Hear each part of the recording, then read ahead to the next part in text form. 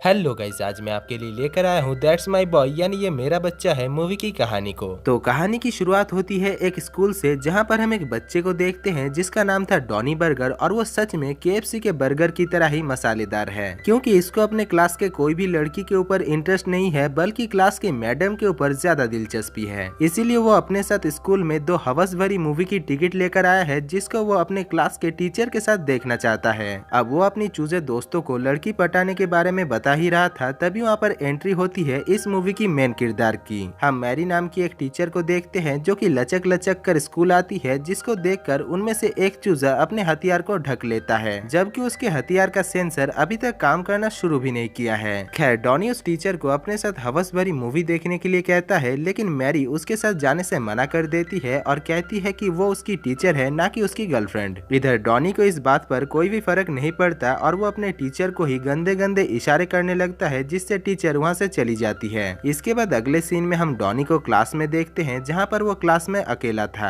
तभी उसके टीचर उसके पास आकर उसे अपना सामान दिखाती है और उसके साथ फ्लर्ट करने लगती है। फिर वो उसे अपने साथ अपने ऑफिस में लेकर जाती है और उसके साथ दबाकर होमवर्क करती है। इसके बाद अगले सीन में हम देखते हैं कि मैरी डॉनी के साथ पट गई थी। एक दिन स्कूल में जब एक बच्चा लेक्चर दे रहा होता है, तभी पर्दे के पीछे से अजीब अजीब आवाज आने लगता है, जो कि वहाँ पर मौजूद सभी बच्चे सुन लेता है। इसके बाद जब पर्दे को हटाया जाता है, तभी वो लोग देखते हैं कि पर्दे के पीछे और कोई नहीं बल्कि मैरी और डॉनी है, जो कि पर्दे के पीछे होमवर्क कर रहे थे। और उनको देखकर वहाँ पर मौजूद सभी बच्चे और टीचर काफी हैरान हो जाते हैं, और सभी बच्चे डॉनी को स्टेज में इतने अच्छे काम करते हुए देखकर उसे चेयर करने लगते हैं। अब डॉनी उन बच्चों के सामने हीरो बन चुका था, क्योंकि डॉनी ने वो कर दिखाया था जो कि आज तक कोई भी मर्द नहीं कर सका। इसके बाद अगले सीन में हम देखते हैं कि डॉनी और मैरी को कोर्ट में ले जाया जाता है, जहाँ पर हमें पता चलता है कि मैरी प्रेग्नेंट हो चुकी है और ये बच्चा और किसी का नहीं बल्कि डॉनी का है। लेकिन क्योंकि डॉनी एक बच्चा है, इसीलिए डॉनी को तो कोई सजा नहीं सुनाया जाता, पर मैरी को 30 साल की सजा सुनाया जाता है। और ये भी कहा जाता है कि डॉनी की उम्र जब 20 साल का हो जाएगा, तभी वो अपने बच्चे की कस्टडी ले सकता है। अब डॉनी ने जो काम कर दिखाया था, इसके लिए उसे ऑस्कर दिया जाता है, और अब वो किसी सेलिब्रिटी से कम नहीं है। इसके बाद कहानी शिफ्ट होता है और हम डॉनी को देखते हैं, जो कि अभी काफी बड़ा हो चुका है और वो दारू के अलावा कुछ भी नहीं पीता, जिस वजह से उसका सारा पैसा खत्म हो चुका है। इसी बीच हमें पता चलता है कि डॉनी ने कई सालों से अपना इनकम टैक्स नहीं भरा है, जिस वजह से उसे अभी $45,000 पे करना है। लेकिन क्योंकि उसके पास अभी एक भी पैसा नहीं है, इसीलिए वो वहाँ पर गुस्सा करने लगता है। तभी टैक्स ऑफिसर उसे पैसे कमाने के लिए एक आइडिया देकर कहता है कि इस बार के मैराथन रेस में एक मोटा आदमी दौड़ने वाला है, जिसके ऊपर वो अगर पैसे लगाता है तो उसके जीतने के बाद उसे 100 गुना ज्यादा पैसा मिलेगा। जिसको सुनने के बाद डॉनी लालची होकर उसके ऊपर $20 लगा देता है। इसके बाद डॉनी और भी ज्यादा पैसे कमाने के लिए एक प्रोड्यूसर के पास जाता है, जिसके साथ वो पहले भी काम कर चुका है, लेकिन वो प्रोड्यूसर उसे काम देने से मना कर देता है। और वो कहता है कि पहले उसने इसलिए उसे काम पर रखा था क्योंकि वो पहले पॉपुलर था, लेकिन अब वो एक शराबी बन चुका है, इसीलिए वो उसे काम देने से मना कर देता है। तभी डॉनी कहता है कि वो कम पैसों में ही उसके लिए काम करने के लिए राजी है। जिसको सुनने के बाद वो प्रोड्यूसर कहता है कि वो अपने बेटे और अपनी वाइफ को अगर एक साथ कर पाया तो वो इस न्यूज को टीवी में लाइव टेलीकास्ट करेगा, और इसके लिए वो डॉनी को $5,000 पे करेगा। जिसको सुनने के बाद डॉनी राजी हो जाती है। इसके बाद डॉनी जब एक क्लब में बैठा हुआ था, तभी वो एक न्यूज में अपने बेटे के बारे में पढ़ता है, जिसमें उसका बेटा अपना नाम टॉड बर्गर से टॉड पिज्जा रख लिया है, और अभी वो काफी अमीर लड़का है। दरअसल वो अपने पेरेंट्स के साथ भी कोई भी रिश्ता रखना नहीं चाहता है, इसीलिए वो अकेला रहता है, और उसने ये भी लिखा है कि उसके माता पिता एक बम धमाके में मर चुके हैं। साथ ही साथ डॉनी को ये भी पता चलता है कि अगले ही हफ्ते उसके बेटे की जेमा नाम की एक लड़की के साथ शादी है, जो कि उसके बॉस के घर में ही होने वाला है। इसीलिए डॉनी अपने सामान को पैक करके उसके घर चला जाता है, और वहाँ पर पहुंचकर वो कहता है कि वो टॉड का बचपन का दोस्त डॉनी बर्गर है। उधर टॉड जब उसे देखता है तो वो उसे पहचान लेता है कि वो उसके पिता है, लेकिन वो अपने दोस्तों के सामने उसे अपने दोस्त कहकर ही इंट्रोड्यूस करता है। थोड़ी देर बाद टॉड डॉनी को लेकर एक रूम में जाता है और उसे वहाँ से जाने के लिए कहता है, लेकिन डॉनी वहाँ से जाने से मना कर देता है, और वो कहती है कि जेल में उसकी मॉम काफी बीमार है, तो उसे उसकी मॉम के साथ मिलने के लिए जाना चाहिए। लेकिन टॉड जाने से मना कर देता है और कहता है कि वो अपने पेरेंट्स के साथ कोई भी रिश्ता रखना नहीं चाहता है। इसके बाद से हम देखते हैं कि डॉनी टॉड के साथ ही रहता है, और पार्टी में आए हुए लोगों के साथ उसकी काफी अच्छी दोस्ती भी हो जाती है, यहाँ तक कि वो सभी लोगों का चहेता भी बन चुका था। अब शादी के दिन फादर नकनली टॉड से उसके पेरेंट्स के बारे में पूछते हैं, जिसके जवाब में टॉड अपने पेरेंट्स के बारे में बहुत ही उल्टा सीधा गालियां बकने लगता है। जिस वजह से फादर नकनली टॉड के ऊपर गुस्सा होकर उसे मारने लगते हैं। दरअसल फादर नकनली पहले एक रेसलर रह चुके थे, लेकिन रेसलिंग में ही उसने एक प्लेयर को जान से मार दिया था, इसलिए उसे रेसलिंग से बाहर निकाल दिया था। इधर फादर टॉड को काफी बुरी तरीके से मारता है और तभी टॉड के पिता यानी डॉनी फादर के सर पर एक बियर बोतल मारकर उसे बेहोश कर देता है। इसके बाद टॉड डॉनी और अपने दोस्तों को लेकर बैचलर पार्टी में चिल करने के लिए जाता है, जहाँ पर पहुंचकर डॉनी को अच्छा नहीं लगता, इसीलिए वो टॉड को लेकर अपने फेवरेट क्लब में जाता है, जहाँ पर वो दोनों काफी एंजॉय करते हैं। इसी दौरान उन दोनों के बीच रिलेशन भी ठीक होने लगता है और टॉड डॉनी को माफ कर देता है और अपने मॉम से भी मिलने जाने के लिए राजी हो जाता है। लेकिन डॉनी उसे जाने से मना करता है, क्योंकि वो अगर अपनी मॉम से जेल में मिलने के लिए जाता है तो न्यूज रिपोर्टर वाले भी वहाँ पर पहुँच जाएंगे और टॉड को लगेगा कि डॉनी ने पैसों के लिए सब कुछ किया है, इसलिए डॉनी टॉड को अपने मॉम से मिलने से मना करता है। लेकिन टॉड डॉनी के बात को ज्यादा सीरियस में ना लेकर अगले ही दिन अपने मॉम से मिलने के लिए जाता है, जहाँ पर न्यूज रिपोर्टर भी पहुँच जाते हैं और उन दोनों को बात करते हुए लाइव टेलीकास्ट करने लगते हैं, जिस वजह से टॉड डॉनी के ऊपर नाराज होकर वहाँ से चला जाता है। दूसरी तरफ प्रोड्यूसर डॉनी को एक भी पैसा नहीं देता, क्योंकि उन दोनों के बीच कोई भी एग्रीमेंट नहीं हुआ था।